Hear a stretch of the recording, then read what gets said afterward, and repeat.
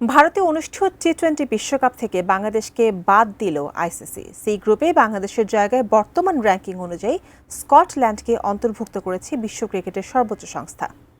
Dubai ICC সদর দপ্তরে এক বিশেষ বৈঠকে নেওয়া হয় এই চূড়ান্ত সিদ্ধান্ত। খবর ক্রিকেট ভিত্তিক অনলাইন ক্রিকবাজের। 2026 টি-20 বিশ্বকাপে বাংলাদেশ নেই, চূড়ান্ত সিদ্ধান্ত নিল আইসিসি। বিসিবির অনুরোধে বাংলাদেশের ভেন্যু বদল হবে কিনা সেটি নিয়ে গত বুধবার আইসিসির পূর্ণ সদস্যের বোর্ড সভা অনুষ্ঠিত হয়। সেখানে 16 সদস্যের মধ্যে 14 ভোট পড়ে বাংলাদেশের বিপক্ষে। এরপরই বাংলাদেশ ভারতে গিয়ে খেলবে কিনা তা জানাতে বিসিবিকে 24 ঘন্টার সময় বেঁধে দেয় আইসিসি। বিসিবি সরকারের সিদ্ধান্তে অটল থাকায় বাংলাদেশকে অবশেষে বাদই দিল আইসিসি। ক্রিকবাজের খবর, এমন পরিস্থিতিতে বিশ্বকাপের সূচিতে র্যাঙ্কিং অনুযায়ী বাংলাদেশের বিকল্প দল হিসেবে স্কটল্যান্ডকে নিয়েছে আইসিসি।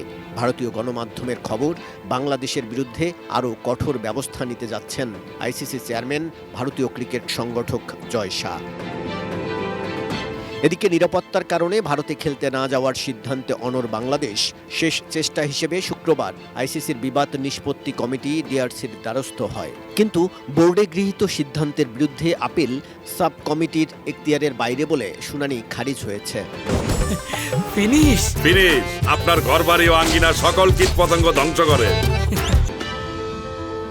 ডিআরসি আপিল খারিজ করায় এখন একটাই রাস্তা বিসিবির কাছে, সুইজারল্যান্ডের কোর্ট অব আরবিট্রেশন ফর স্পোর্টসে যাওয়া। তবে ক্রিকেট বিশেষজ্ঞরা বলছেন, সর্বোচ্চ ক্রীড়া আদালতের শুনানি বিশ্বকাপের আগে হওয়ার সম্ভাবনা নেই।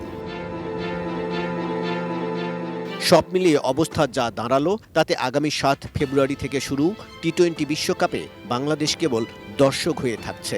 সামনে বাংলাদেশের ক্রিকেটের জন্য আরও কঠিন সময় আসছে কিনা তা নিয়েই এখন শঙ্কা।